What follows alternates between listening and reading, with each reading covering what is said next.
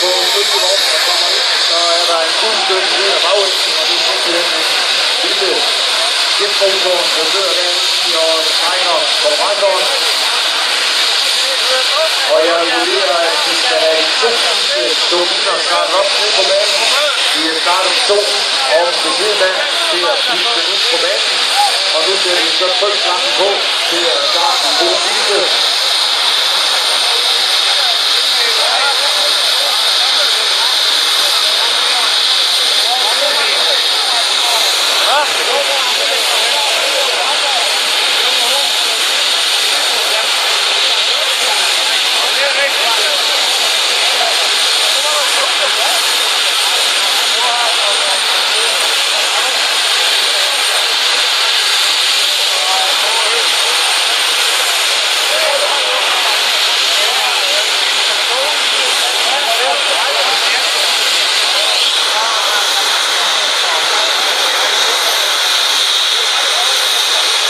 Så kommer der vist gang i de 2 sidste turbiner, og vi er klar til at sætte windspring-fjerde i gang.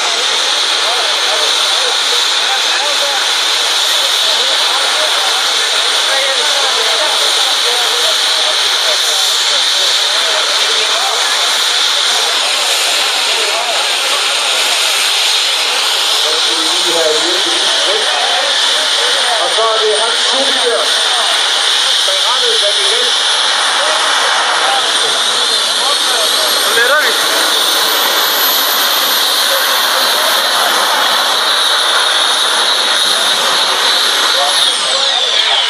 Og nu i fuld